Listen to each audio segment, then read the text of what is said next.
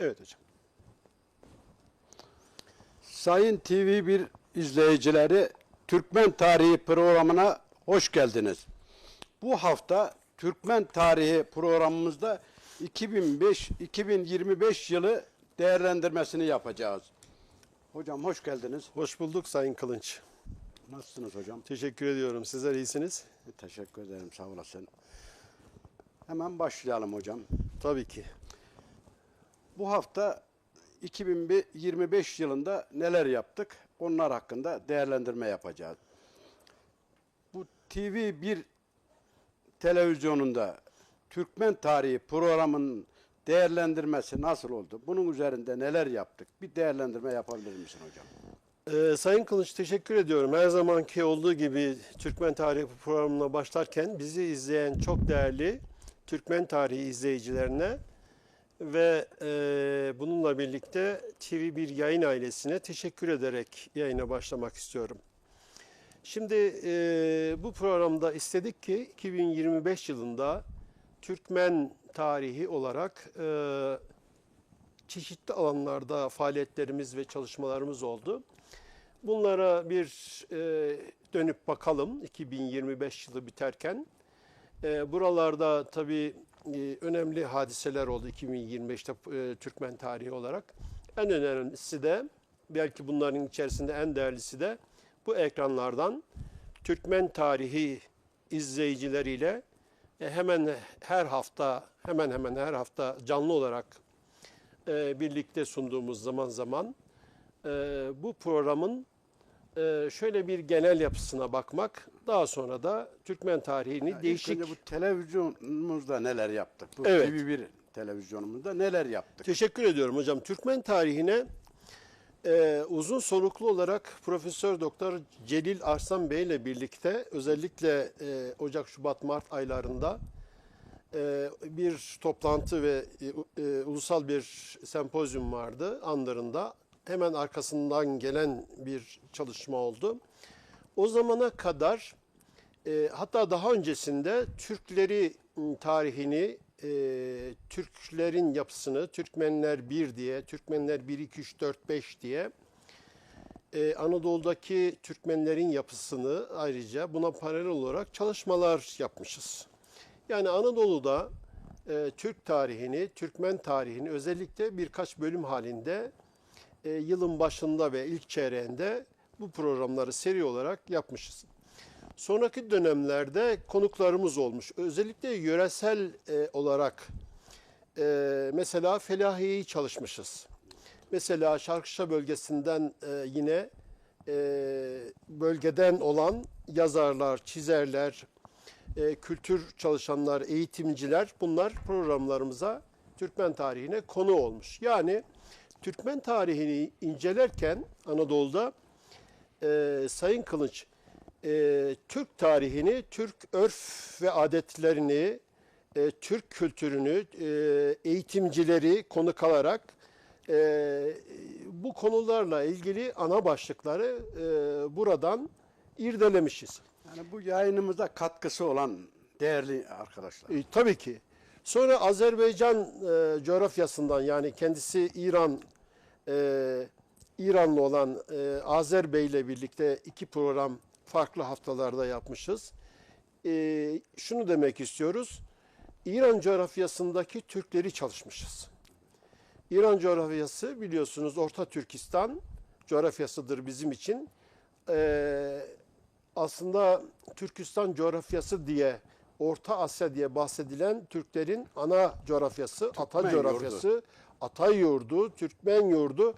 Türkmen yurdu biraz daha Orta Türkistan'dan bahsederiz. Çünkü Türkmenlerin, zannediyorum biraz sonra konuya gireceğiz, Türkler ve Türklerin farklı tarifleri var.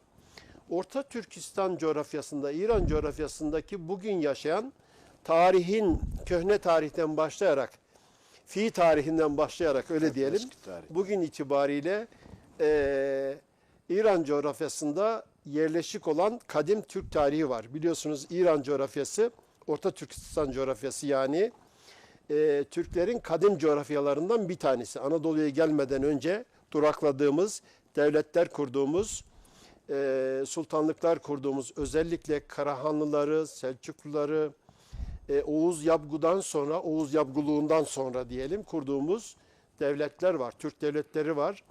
Bunlar bu süreçte İslam'la tanışan, Müslüman olan Türk yapılarından bahsediyoruz. Daha sonraki yaz aylarından sonra zaman zaman programlarımıza kısa aralar verdik. Bu süreçte çeşitli toylara, toplantılara katıldık. Hocam şöyle diyelim, bu Türkmen tarihi çalışmalarımızda sivil toplum örgütlerinden ne gibi çalışmalar oldu? Nerede toplantılar yaptın? Ne gibi seminerler verdin? Bu seminer ve toylar hakkında bize bir değerlendirme yapar mısınız?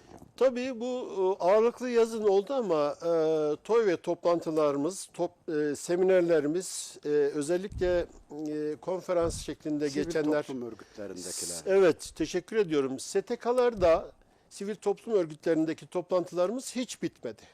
Yani sürekli olarak bugün bile, geçen hafta bile irili ufaklı Türkmen tarihini, yani şöyle diyebiliriz ona, artık Türkmenler kendi yapılarını biliyorlar. Artık Türkler, artık ecdadımız, artık bizi izleyen Türkmen tarihi izleyicileri Anadolu'nun her yerinde geri dönüşlerden anlıyoruz ki köklerini, tarihlerini, yapılarını, medeniyet yapılarını, Anadolu'daki kurduğumuz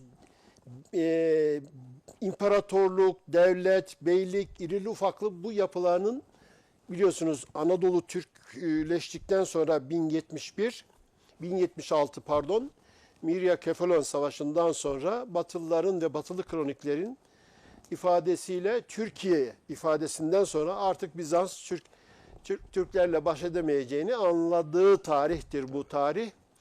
Bundan sonra Anadolu'da tamamen yerleştik ve kökleştik. Yani 1071'den hadi bir tarih söyleyelim, 1176, yani kabaca 100 yıl sonra, 105 yıl sonra Daimi yurt edinmiş. daimi yurt edindik. Burası zaten geliş amacımız ocaklıktı. Biliyorsunuz Alparslan'ın 4 tane Anadolu'da ilk beyliklerini kuran Artuk Bey, Saltuk Bey, Memlücek Bey, Danışment Bey, özellikle bölgemizde kurulan ve Kayseri coğrafyasına da hakim olan, Kayseri hakimi diye de bildiğimiz Muhammed Melik Gazi'nin de camisinden, Ulu Camisi'nden geçen hafta söz etmiştik. Bunların son derece önemli olduğunu biliyoruz. Yerleştiğini, yani bizim Anadolu'ya tamamen medeniyetimizin, Türkistan medeniyetinin kök saldığını, yerleştiğini biliyoruz. Artık bundan sonra, bunun öncesi de var ama yavaş yavaş Anadolu'da Bizans'ın seyrelmesi, azalması, Anadolu'nun boşalması söz konusu. Buraya 960'lardan itibaren 100 yıl süreyle irili ufaklı giriş ve çıkışlar söz konusu. İşte bu dönemlerde bunları anlattık. STK'larda bu bahsettiğimiz atalarını merak eden, köklerini merak eden, hangi kabileden geldim diyen, bizim atamız kim diyen, biz diyelim ki Bozok, yani bugün itibariyle Yozgat ilinin Sorgun ilçesinin herhangi bir köyündeki yaşayan Türkmen kardeşlerimize atalarının nereden geldiğini, köylerde, kariyelerde, nerelerdeyse bunları tamamen olmasa bile dönemsel olarak Bozok Sancağı'nı çalıştığımızda biliyorsunuz, evet. Bozok Sancağı 3, 4, 5, 6, 7 diye Çubukşehir ile birlikte, nahiyesi ile birlikte bölgeyi neredeyse adım adım taramış. Köklerini öğretmeye çalıştık hocam. Çalıştık. Buralardaki yapılar şimdi ilçelerde ve diğer yerlerde, yani gayri resmi kuruluşlarda, resmi kuruluşlarda da daha önceki, bu sene değil ama daha önceki yıllarda konferans ve seminerlerim olmuştu. Bu sebeplerden dolayı STK'ların desteğiyle birlikte bu tür çalışmalar oluyor. Onu söyleyelim. Tamamen resmi bir çalışma değil.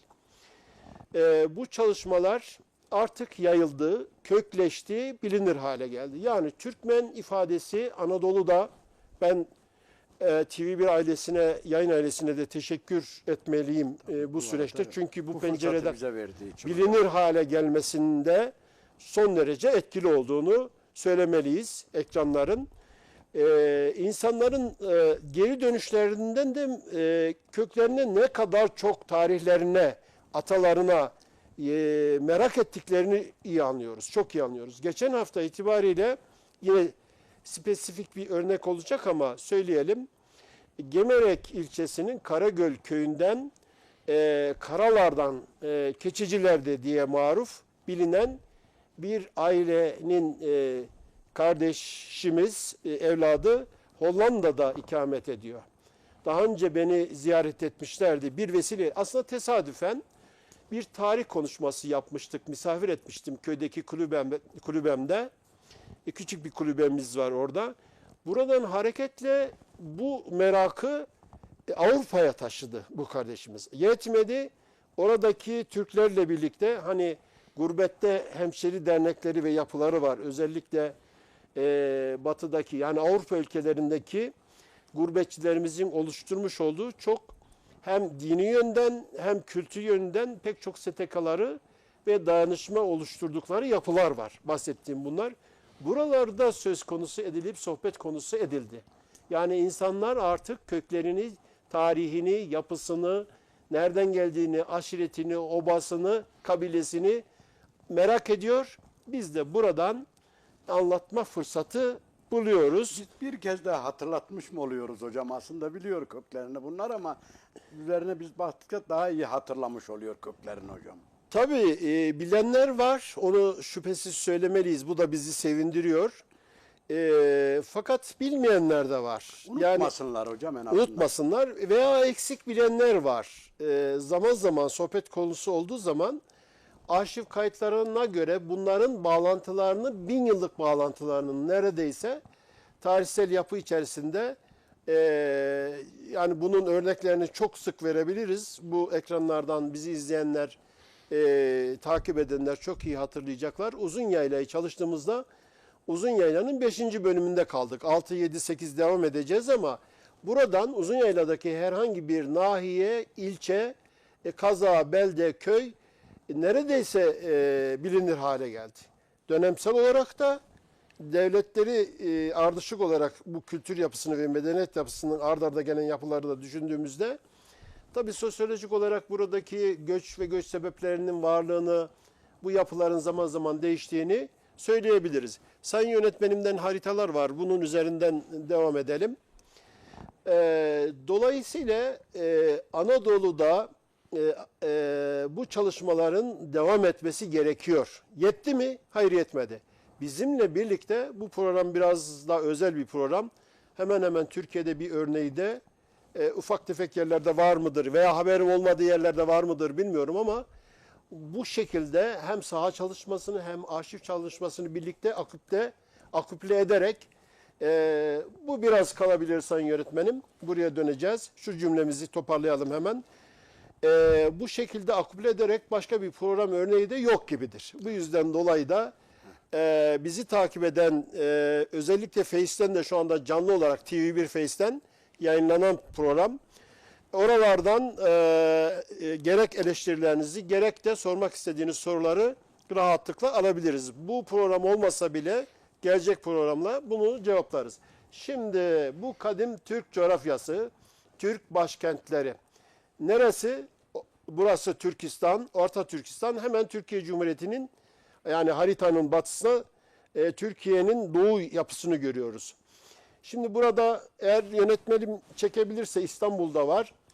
Ötügen, Balasagun, Kaşgar, Delhi, Semerkant, Buhara, Tebriz, İdil, Kırım, İstanbul, tabi Bağdat aşağıda yani dahası var. Kerkük, daha aşağıda Kahire'yi buna söyleyebiliriz. Tabii Memluklu devletini düşündüğümüzde. Türk başkenti olmuştur Kahire'de hocam. Halep kadim Türk başkentidir. Değerli Türkmen tarihi izleyicileri, Halep kadim Türk devletlerinin başkentidir. Yeni değildir, çok eskidir. Bunun altını Şam hakeza böyle. Trablusşam hakeza böyle. Yani bugün Suriye coğrafyası, Biladus Şam dediğimiz coğrafyadaki Türklerin tarihi Anadolu tarihinden hatta biraz daha onlarca yıl daha geride Atabeyler yani Selçukluların ilk Atabeyler dönemini düşündüğümüzde Hakeza bunun Hanedan böyle sülalesi, olduğunu biliriz. Atabekler, Zenciler hocam. Evet, Zengiler, Atabekler bölgede Türk yapısını, Türk medeniyet yapısını kuran Türk Zaten Lerdir. herkes de o bölgeden geldiğini iddia ediyor hocam. Malep'ten geldik diyor. Şam'dan geldik diyor. Çünkü geliş hattımız o bölge hocam. Evet. Değiştirebiliriz sayın yönetmenim haritaları. Şimdi Anadolu'ya geldikten sonra ilk Türk beyliklerini kurduk. Daha sonra evet bu Anadolu'ya gelip ilk Türk beyliklerini arkasından hemen biraz daha yakın tarihtir bu. 1300 yani 13. yüzyıl 14. yüzyıla tarihlediğimiz bir haritadır. Diğer beyliklerde kurulduğu döneme denk geliyor. Tabi bunların hemen arkasından biz görüyoruz ki Devleti Ali'nin tüm Anadolu'da, tüm 3 kıtada hakimiyetini, yani Osmanlı Devleti ile Devleti Ali ile Türk hakimiyeti 3 kıtada taçlanmış oldu. Selçuklu ile beraber daha öncesi 4 beylikleri saymıştık. Hatta bunu 5-6 beyliğe çıkartabiliriz. Çaka Beyliği'ni de buna dahil edebiliriz. Anadolu'yu yurt yaptıktan sonra peyderpey adım adım Anadolu'da medeniyet yapısını tüm altyapılarıyla birlikte yerleştirdik ve kökleştirdik. Büyük bir medeniyet kurduk. Şimdi şöyle sorulabilir. Türk İslam medeniyet yapısı diyoruz biz. Devletleri, tarihi, beylikleri, imparatorlukları düşündüğümüzde ve Anadolu'nun tarihini, 1000 yıllık tarihini düşündüğümüzde. Bu önemli mi? Elbette önemli. Birisini birisinden ayırt edebilir miyiz? Hayır. Yani Türklüğü ve İslam'ı, dini yapıyı ayırt edebilir miyiz? Hayır. Bunu ayırt etmemizin mümkünü yok. Yani böyle bir bakış açısına da ihtiyaç yok. Zaman zaman soruluyor. Türkler Anadolu'da İslam'ın 1000 yıldır sancaktarlığını, bayraktarlığını yapıyor. Kurduğumuz medeniyetler bu paraleldedir. Biz bu medeniyetin torunlarıyız. Hocam bir de bu beylikler mesela isimleri değişik olsa da köken olarak hep aynı. Aynı. Aynı şöyle düşünebiliriz. İki kardeşin biri bir dönem güçlü oluyor, öbürü öbür dönem güçlü oluyor gibi anne. Yoksa hepsi aynı bunlar, aynı insanlar hep hocam. Aynı zincir hiç kopmamış. Yani irili ufaklı beyliklerin Yani dönemi var. sürtüşme fazla çıkmıyor hocam bunlarda ileride. Mesela bir beylik bir beyliği tahakküm altına aldığında öyle aşırı bir izipçilik çıkmyor hocam. Tabii ki ufak tefek sıkıntıların hemen Olur arkasından tabii, olmaz kısa diye bir şey sürede yok. geçiş tamamlanmış oluyor. Diğer bir konuya ve diğer bir yönetmenim diğer bir haritaya da geçebiliriz. Ali Hocam diğer bir konuya da geçebiliriz. Türk, Türkmen, Oğuz nedir, ne demektir? Bunların tarihsel olarak bir süreçlerinden de bahseder misiniz hocam? Tabii Bunlar Türk nedir, Türkmen nedir, Oğuz nedir? bunu kısaca bahsedelim. Çünkü konu çok uzun. Daha önceki programlarımızdan bizi izleyen Türkmen tarihi izleyicilerimiz çok iyi biliyorlar.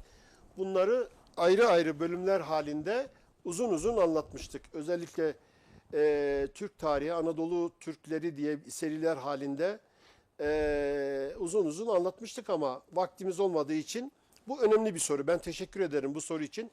Türk biziz.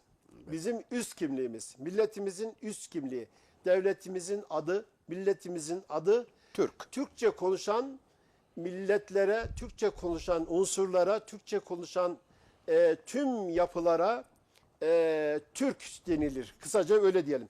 Türk medeniyetini içinde barındıran, dilini konuşan, yapısını yaşayan, bilen, kurulan tüm devletleri düşündüğümüzde ifade edilen üst kimliğimizdir. Türk, Temel yani, temeli Türk bu. bizim adımızdır. Türk bizim temelimizdir. Türk, Türkmenin de temelidir. Evet. Türkmen onun altında bir yapıdır. Şimdi biraz sonra onu da tarif edeceğiz. Türk 5000 yıllık bir medeniyetin, bir milletin tarihidir, bilinen. Adıdır diyelim. Adıdır. Tarihidir, yapısıdır.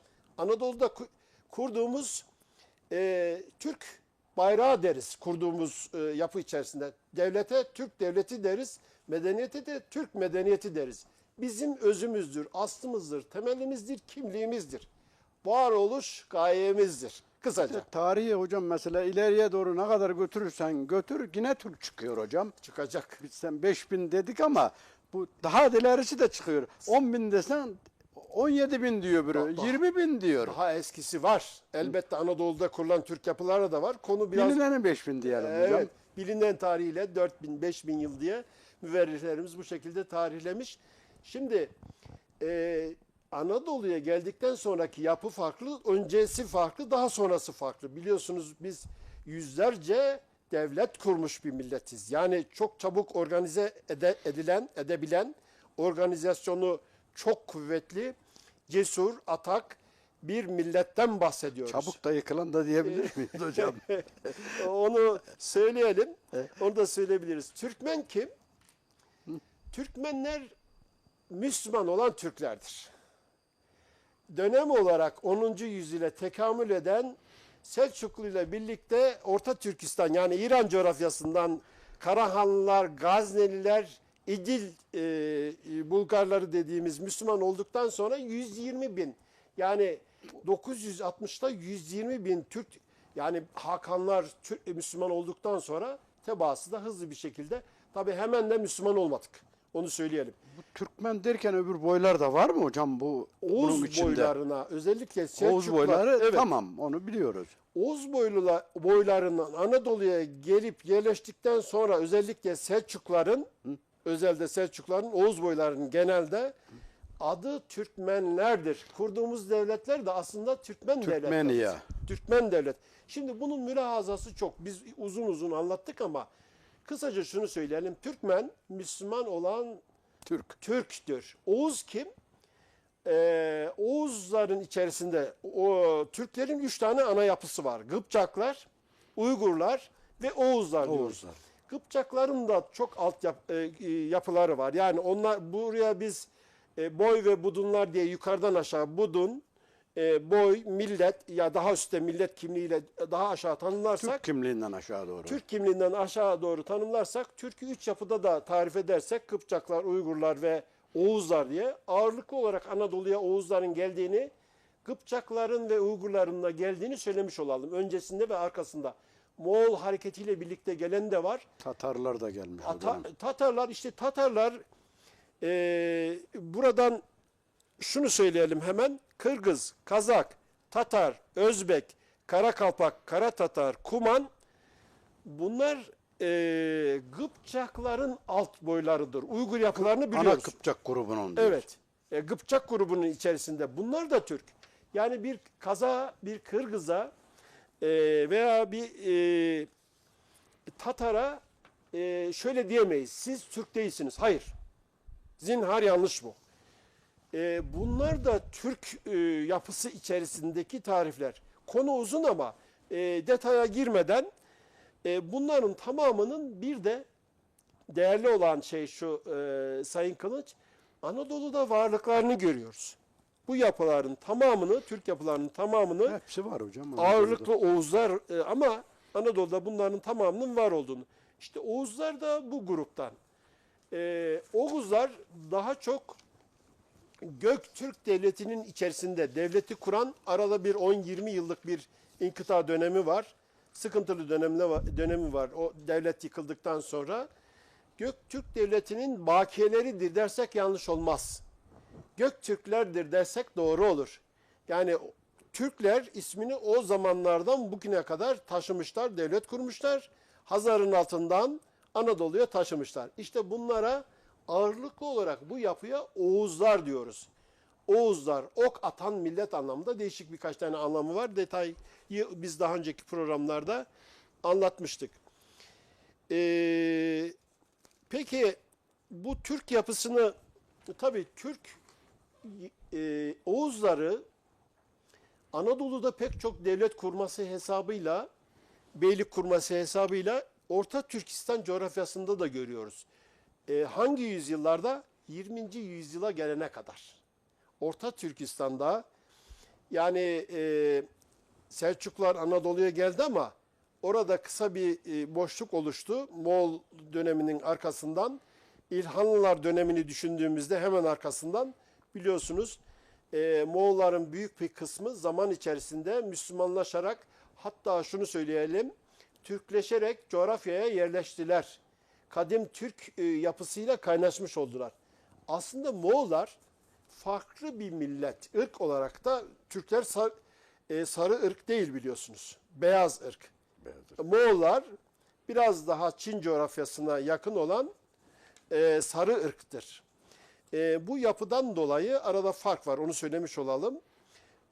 Fakat özellikle Orta Türkistan coğrafyası, yani İran coğrafyası ve Moğol Anadolu'ya 1243 Köse Dağı Savaşı ile birlikte Anadolu'ya gelen yapıların içerisinde yine bu bakiyeleri orduların içerisindeki pek çok Türk'ün var olduğunu da düşünürsek, evveliyatta Bizans dönemi, bizden önce Bizans Doğu Roma dönemi vardır Anadolu'da. Oradaki Kıpçakları ve Kıpçak yapılarını, yani Sümerlere, diğer Türk yapılarına girmiyorum. O Ya, daha doğru. farklı bir konu. Moğolların hocam mesela içlerinde kendi Moğol ama ana yapı alt gruplarında Türk komutanlar çok hocam. Mesela asimile olmasında bunlar da etkili olmuş olabilir hocam. Elbette. Şimdi Anadolu'ya geldikten sonra Sayın Kılıç, Anadolu'da söylediğimiz gibi pek çok devletler kurmuşuz. Fakat Türkler Anadolu'ya geldikten sonra talihsiz anlar da yaşamışlardır. Safevi ve Safevi Devleti'nin, Safevi ile olan ilişkilerinin tarihini ve savaşlarını düşündüğümüzde bir tanesi bu. Diğeri Göktürklerle Oğuzlar arasında sıkıntı. Anadolu'ya geldikten sonra yine Akkoyunlularla Otlukbeli biliyorsunuz 1473 bu. Yine kadim kurmay akıllı Türk hanlarından bir tanesi, beylerinden Timur Han'la Çubuk'taki yaptığımız savaş. Yıldırım Beyazıt'ın yapmış olduğu savaş. İşte bu 4 tane savaş Anadolu'daki kurduğumuz Türk medeniyet yapısında inkıtaya uğrayan yapılardan birkaç tanesi. Fakat demin siz söylemiştiniz, medeniyet yapısında bir inkıta yok. Sadece geçişlerde bir sıkıntı olmuş. Anadolu çok kıymetli ve değerli. Kuzeyden ve daha doğudan güçlenen Timurlular tabi Anadolu'ya göz dikmişler. Kısa bir sürede hakim olmuşlar. Daha sonra 1402-1403 en nihayetinde 1405 yılından sonra Kara Tatarları yanlarında yedekleyerek tamamen Orta Türkistan'a, hatta daha doğuya gitmişlerdir. Bölgemizi boşaltmışlar o anda. Büyük çapta değil ya, boşaltmadıklarını da biliyoruz. Tamamen boşaltmadıklar. Tabii. Yani Anadolu aslında nazlı bir gelin gibi işin Kendi doğrusu. hoşuna gidenlere almış götürmüş hocam. Safevi'deki Erdebil'de bir tekke var. Şeyh Safiyüddin diye. Bir kısmını onun hizmetine veriyor Timur. Götürürken. Komutanlarıyla birlikte. Daha doğuya, aslında Çin Seddi'ne, Çin yapısına doğru bir set yapmak amacıyla, veya denilir ki Hindistan coğrafyasını yapılan bir seferde kullanmak. Bu çeşitli rivayetler. Fakat şunu söyleyelim, Anadolu'daki halk ve halklar Oğuz olsun gerek Kıpçak olsun, gerek Uygur Türkleri olsun, Anadolu'ya yerleşmesi ve Anadolu'yu abat etmesi açısından son derece önemliydi. Yani Safevi'ye giden Türk unsurları düşündüğümüzde, yani Kızılbaşlar diye tabir ettiğimiz tarihin tarif ettiği ifadeyle söylemiş olalım. Orta Türkistan'a, yani İran'a gittiğinde de sıkıntı oldu. Yani Osmanlı kendi tebaası ve burada toplanan vergilerin oraya gitmesi ayrı bir hata ve eksiklik. Tebaanın bu şekilde gitmesi de yine aynı şekilde Bölünme oluyor daha çok. bölünme oluyor. Yani birliğimizde parçalanma oluyor. Bunları Türk tarihinde elbette önemli dönemler olarak anmalıyız. Yani 2025 yılının programını bitirirken Türkmen tarihi programlarında bunları sık sık andık. Bugünkü program itibariyle de altını çizmiş olalım. Yani Sayın bunlar Kılıç. kendi aralarında olan bir şeyler hocam. Mesela o dönemki mesela Safevi ile Osmanlı arasında bunu kendi aralarında yorumlar. Şimdi onu bu döneme uyarlamak olmaz ki hocam ki mesela. Hayır, göremeyiz. Tabii. Zaten söylemek istediğimiz de o değil. Yanlış anlaşılmasın. Evet. Ben hatırlattığınız için teşekkür ediyorum. Safevi bir Türk devletidir. Tabii canım, onu yani yanlış anlaşılmasın hocam. Tabii ki. Dönem içinde mukayese edilsin mesela. Ve çok güzel olanı da İran coğrafyasında Safevi'den sonra 1947'lere kadar gelen Türk devlet yapısı ve silsilesi var. Yani Kaçarlar var, ondan öncesi var, ondan sonrası var. Bunların tamamı Türk. Anadolu'dan giden Türkler var. Beydili, özellikle Avşarboyu'nun bölgede mütemadiyen ard arda beylikler, devletler, arada parçalanmalar ve şeyler olmuş elbette. İran coğrafyasında 40 milyona yakın Türk olduğu söyleniyor hocam. Aynı şeyi konuşuyoruz, aynı şeyi anlaşıyoruz onlarla hocam. Daha fazla. Yani Şöyle bir rakamsal olarak söylüyorum ben. 55 milyona yakın, bu benim ifadem. İtiraz gelebilir, ayrı meselesi. 55 milyona yakın Orta Türkistan'da Türk nüfusu var. Bunların bir kısmı maalesef haklarını elde etmek için çalışan Türk unsurlar. Müslüman bunlar bir de hocam. Elbette. Bunların ataları bir kısmı, yani emmiteleri diyelim ona, Anadolu'da birbirlerinden kopuk değiller. Özellikle Oğuz boyundan olanlar var. Kaşkaylar var, Haraçlar var, Kengliler var. Yani İran coğrafyasında eyalet eyalet bazı yerlerde artan, bazı Tebriz bölgesi biliyorsunuz İran Türkistan'ının, Orta Türkistan'ın başkenti konumunda. Daha aşağıda Şirvan var, Urumiye var. Yani İran'ın hem kuzeyinde, özellikle kuzeyinde ağırlıklı olmak üzere ki onlar Kuzey Azerbaycan diye coğrafyayı ifadelendirmiş durumdalar. Birbirleriyle yakın ilişkileri de var. Elbette medeni olarak bizim de var. Son dönemleri de düşündüğümüzde bu coğrafyanın Kaçar hanedanlığının büyük bir hanlık hocam, Kaçar hanlığı. Evet. Yani Azerbaycan, Hazar'ın daha doğusu, daha batısı, bugünkü neredeyse işte Türkiye ile sınır olan, o dönemden çizilen bir sınır hattımız var İran'la. Daha batısına kadar, daha doğusuna kadar, yani bugünkü İran coğrafyasının bu hanlık hüküm sürdü. Zaman zaman sıkıntılar olsa bile. Şimdi konu bu tarafa gelmişken bir de Yörüklerden bahsedelim Sayın Kılıç. Yörükler de Anadolu'da Türkmenler gibi konar göçer yapıyı ifade eden, daha çok konar göçerlikle iştigal eden yapılar. Şimdi Sayın Tufan Gündüz Hoca'nın bir tarifi var. Onun üzerinden biz de tariflemiş olalım. Anadolu'da konar göçerlerin yerleşiklerine, onun ifadesiyle söyleyelim, mutabığız ama tamamen Türk denildi. Yerleşik hayatta olanlara. Anadolu'da yerleşik olarak, konar göçer olarak gelip yerleşik olarak iskan olan Türk yapılarına, yani Türkmenlere Türk denildi. Hala da kullanılıyor halk arasında. Yine Anadolu'da konar göçer olarak devam eden yapıya Türkmen denildi. Onlar hala konar göçerliklerine yürüyor yaylakmışlar, yani. devam ediyor. O tarihte var.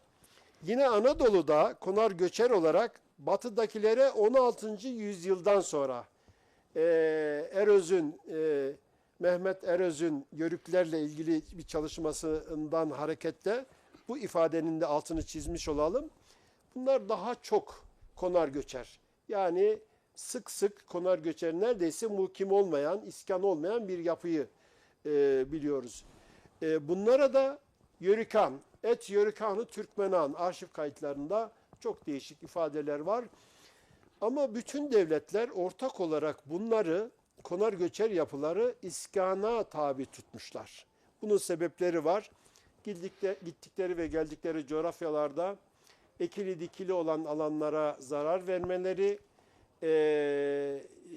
yaylak kışlak hayatından dolayı, tabii toprağa bağlanmaları, ziraat, tahıl üretimleri, ziraat yapmaları, yani reçberlik yapmaları devletler açısından, Anadolu'daki kurulan devletler açısından önem arz etmiş ama Osmanlı açısından, devleti âli açısından nüfus biraz daha büyüdükçe, yerleştikçe, Anadolu'daki sulh-u selah hakim oldukça toprağa bağlanma talebi çok fazla arttığını görüyoruz. Bunların içerisinde 1691 yılında İskan fermanlarından dolayı, arşiv kayıtlarından dolayı bunu görmemiz mümkün.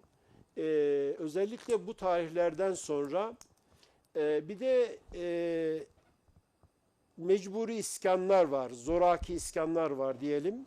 Bunları da coğrafyanın sınır boylarında Osmanlı özellikle gözü pek oymak ve cemaatleri, boyları iskan ettirmiştir. Zorunlu iskana tabi tutturmuştur.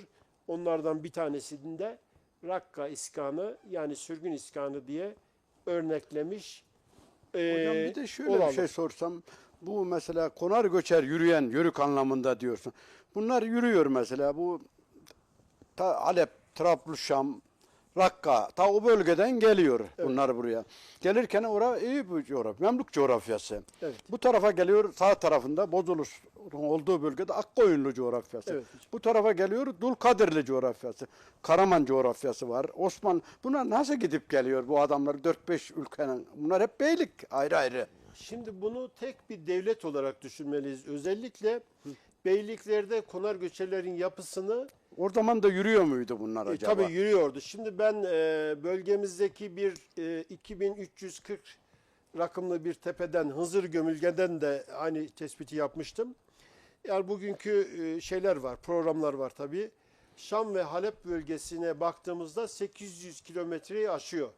Tabii bu biraz daha kuş uçuşu ama biraz daha bunun fazla olduğunu, Çukurova'da eğer kalmışlarsa, kışlamışlarsa biraz daha az olduğunu, Halep ve Şam bölgesine gitmişlerse 800-850-900 kilometre olduğunu, deve yürüyüşü ile 8 saati veya 10 saati eğer kış başlangıcında veya yaz başlangıcında geliyorlar bunlar biliyorsunuz.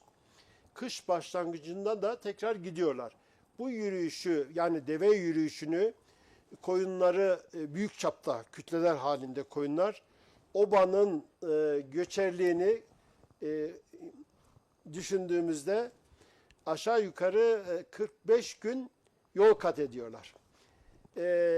Devletler ve beylikler daha İşte çok birbiri arasında geçişlerini merak ediyorum. sıkıntı hocam. veriyorlar. Aslında şöyle Nasıl geçiyor mesela? Bu diyelim ki sen bugün mesela buradan İran'a gitmeye kalksan pasaport istiyor, vize istiyor.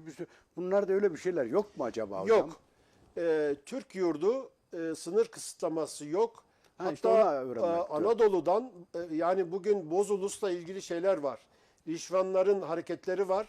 Arşiv belgelerinden elde ettiğimiz çok bilgi var. Osmanlı bunu Sayın Kılınç yaylaklarından daha farklı yerlere doğru gitmelerine fazla izin vermemiş. Yani yaylakları var. O bölgelerde kalsın istemişler. Kışlakları var bilinen. O kışlaklarda kalsın istemişler. Yani bilinen ve tarif edilen yaylak ve kışlak arasında seyir sefer yapmalarına arada farklı topraklar, farklı beylikler olsa bile gidiş gelişlerine mani olmamışlar. Yalnız Türkmenler birkaç sebepten dolayı yaylaklarını değiştirmişler. Onlardan bir tanesi büyümeleri. Bozulus'un Sivas'ın kuzeyindeki yaylaklarına gidip geldiğini yine Tufan Hoca'nın çalışmasından örneklemiş olalım.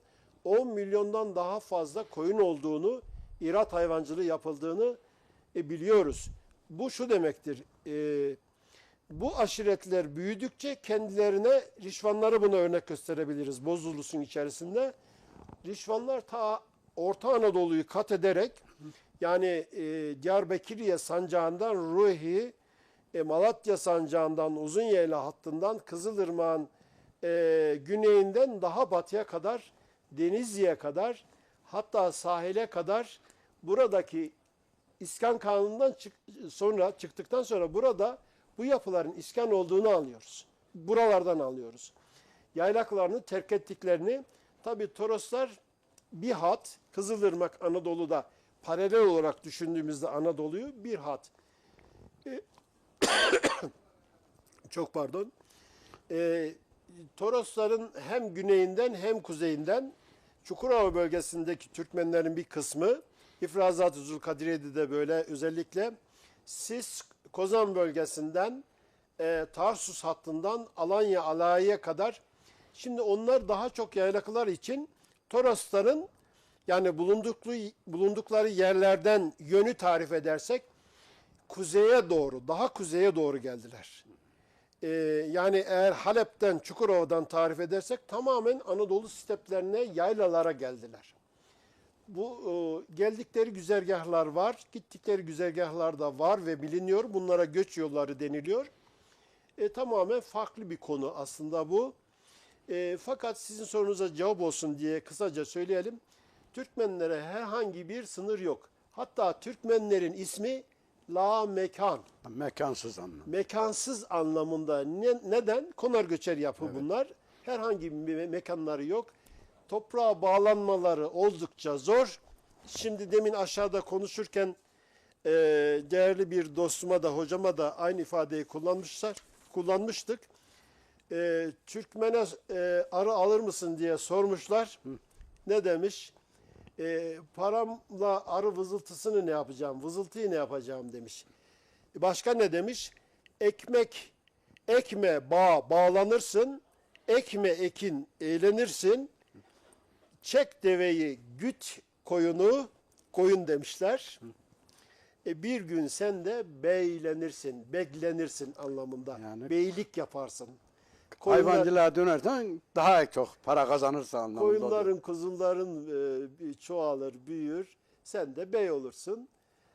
Göç sebepleri ortaya çıkar. Söylediğiniz gibi coğrafyalardan coğrafyalara gezerler. Yürük anlamda göçü mesela çok problem çıkardığı için mi bunu iskana zorluyorlar hocam? Böyle gidiş gelişlerde falan, yürüklerde mesela. Şimdi Osmanlı büyüyor. Birkaç sebebi var ama sosyolojik bunlardan en önemli sebeplerinden de birisi ihtiyaç. Şimdi sadaret büyüyor. İstanbul'da ordular ve seferler son dönemler özellikle 1700'lü yıllar 18. yüzyıldan sonraki dönemi düşünürsek ağırlık olarak seferler var. Tabii geçim kaygısı var. Hayvansal ürünlerin üretimi var. Hayvansal ürünlerin üretimi tamam konar göçer Türkmenler bunu sağlıyor. Tamam. Celepler vasıtasıyla bazı aşiretler biliyorsunuz bunu sağlayan yani bu iaşeyi sancak beylikleri, görevli insanlar ve yapılar var.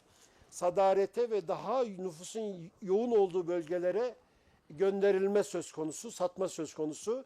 Bunların lojistik tarafında develer vasıtasıyla yapıldığını biliyoruz.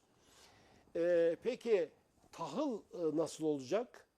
Tahıl üretimi de söz konusu. Buğday da lazım. Tabii buğday lazım, pirinç lazım, arpa lazım, çavdar lazım. Özellikle buğday, un yapımında zaman zaman o dönemde daha farklı ürünler de var. Yani o gün itibariyle arşiv kayıtlarına, tahrir defterlerine ve gelir yapılarına baktığımızda, vergi türlerine baktığımızda pek çok tahılın bunun haricinde çeltik üretimini yine Osmanlı özellikle 14. 15. yüzyılda çeşitlendiğini farklı coğrafyalarda teşvik edildiğini Fatih Sultan Mehmet'in bir seferinden sonra Tosya üzerinden gelerek hatıratını biliyoruz. Oradaki çeltiğin çok memnun kaldığını yediği bir pilavdan dolayı etli pilav Türklerde kadın bir yemek kültürü biliyorsunuz. Etli yapı. Yine işte bu yapıdan dolayı da aslında kurut dediğimiz bir ifade var Türkmenlerde. Yani Türkmenler dayanıklılığını artırmak için yiyeceklerin özellikle hayvansal yiyeceklerin ve etlerin et nevi gıdaların tamamını kastediyorum. Kurutarak uzun süre dayansın. Uzun süre dayanması için seferleri uzun kilometre yani neredeyse işte Doğu seferine, Irakiye'nin seferine gidilen orduları daha aşağıya Memlük seferine, Yavuz Sultan Selim'in daha batıya biliyorsunuz Viyana savaşlarını, Viyana seferlerini ve daha değişik seferleri düşündüğümüzde orduların iaşesi tabii farklı yollardan da desteklenmiştir gemiler vasıtasıyla, değişik lojistikler vasıtasıyla ama bu yapıları düşündüğümüzde tahılın önemi artıyor. Buğday ekmeğe zorluyor hocam evet, o zaman. Reçberliğe zorluyor Osmanlı. Diğer beylikler... Tamam hayvancılığı yapıyorsunuz. İyi tamam burada bir sorun yok. Buğday da ekin diyor demek evet. istiyor. Fakat Türkmenler Sayın Kılıç toprağa bağlandıktan sonra yani Türkmenanlıktan çıktı deniliyor arşiv kayıtları. Tembellik mi görüyor hocam toprağa bağlanmayı? Aslında biraz öyle ama Çıktıktan sonra vergilerin bir kısmından da muaf kalıyorlar. Rahatlıyorlar. Bir şeyden vazgeçmiyorlar. Konar göçer yapıdan. Yaylaya çıkacaklar yani hocam. Kayseri'de bulunduğumuz yerde diyelim ki toprağa bağlandı. Fakat Erciyes'e hacılara da yaylaya çıktı. Yaylaya çıkacak muhakkak hocam. Evet. Hacılar bugün niye var? Hacılar ilçemiz diye niye var biliyor musunuz? Hacılar Hacılı Türkmenleri, Bozulu Türkmenleridir aslında. Orası yani Erciyes'in kuzeyi tamamen Türkmenler için yaylak. Tabii. Sadece Hacılı Türkmenleri, Bozulu Türkmenleri değil. Onlarca Rişvan bölükleri Ekrat demişler, Kürt filan demişler ama farklı yapılar da var. Biraz da haksız ifadeler var. Yani Hacılar'da bile, Hacılar ilçesinde bile toprağa bağlanan bir Türkmenan daha yukarıya ela çıkmış. Bu da Erciyes'in zirveye doğru çıkıyor hocam. Eteklerine doğru. Zirve biraz bilmiyorum mümkün olmuş mu ama böyle bir yapıyı biliyoruz. Ne kadar süremiz var Sayın Kılıç? Süremiz kaldı hocam. Bir son olarak da hocam bu Türkler Anadolu'ya geldikten sonra Anadolu'da neler yaptılar? Nasıl bir beylikler kurdular? Kısa bir de ondan bahsedelim. Son kelimeleri bağlamaya çalışalım Teşekkür hocam. ediyorum Sayın Kılıç. Kısaca bahsetmiştik ama birkaç cümle daha şey yapalım. Anadolu'ya yurtluk ve dirlik için, gaza ve futuhat için, yani Müslüman olan, o bölgede sıkışan Orta Türkistan'dan Anadolu'ya yerleşen bir tarih. Atalarımız, kurulan devletler irili ufaklı. 200'ün üzerinde. Yani 110'dan resmi olarak bahsedenler var, 120'den. Ben de zaman zaman bu rakamları alıntı yaparak bahsediyorum.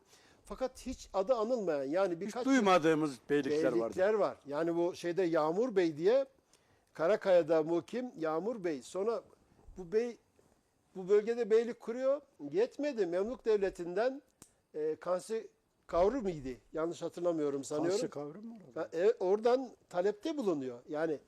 Yani şöyle diyelim ona, Memluk sultanlarından Anadolu'da oradan alacağı bir emanname ile Anadolu'da bu kurduğu beyliği resmileştirmek istiyor. Oraya kadar sefer düzenliyor. Yetmiyor. İkinci seferinde Dulkadirli beylerinden birisine, Mehmet Bey'di zannediyorum, yaylada suikast girişiminde bulunuyor. Evet, ben de onu ve soracaktım. öldürüyor da. Öldürüyor değil mi? Öldürüyor da. O Yağmur Bey'in beylik mi kuruyor? Yağmur Bey işte bu.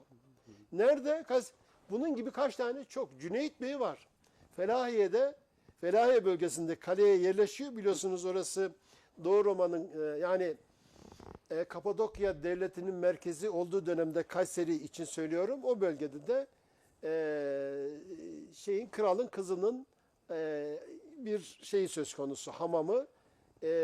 Daha öncesinden yapılar var. Yukarıda kaleler var. O dönemden kalma kale.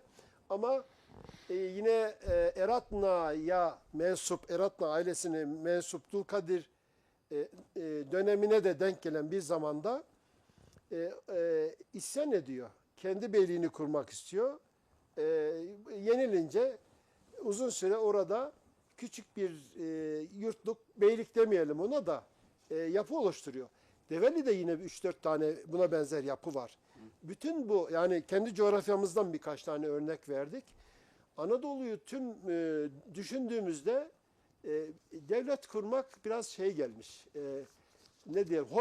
Normal gibi olmuş. Hoş gelmiş. Kendinde güç devşiren veya bu menşurlarla biliyorsunuz şey yapan, aslında uç beyliği olarak Anadolu'ya ilk gelen Türklerin içerisinde Selçuklar döneminde özellikle başında Anadolu'ya doğru yüz binlerce Türkmen göç etti. İşte bunlara uç Türkmenleri diyoruz. Osmanlı Beyliği de bir uç beylik olarak kurulduğunu tabii, ilk başta gönderdiğini söylemiş bey olan. ona. Nerelere? İşte bunların cesareti, bu beylerin, Türkmen beylerinin, aslında o zaman Türkmen beyler. Tabii. Yani devlet yok, Uç şey beylik yok. veriyor, git diyor, aldığın yer senin dirliğin olsun diyor mesela Evet. hocam. Yurtluğun olsun diyor. Bu yapıyı Alayaden yani bugünkü İznik'e kadar bütün Ege bölgesinde ayrı ayrı verebiliriz. Çaka Beyliği hariç. Çünkü Çaka Beyliği biraz daha ilk beyliklerden. O da Türk Beyi. Denizle ilgili daha çok. Denizle ilgilenmiş. Çaka Bey. Büyük bir, şimdiki ismiyle söyleyelim, donanma kuran kadim bir donanmanın, Türk donanmasının Anadolu'da da atası olan yani Çaka Bey. beylerinden bir tane Çaka Bey çok meşhur.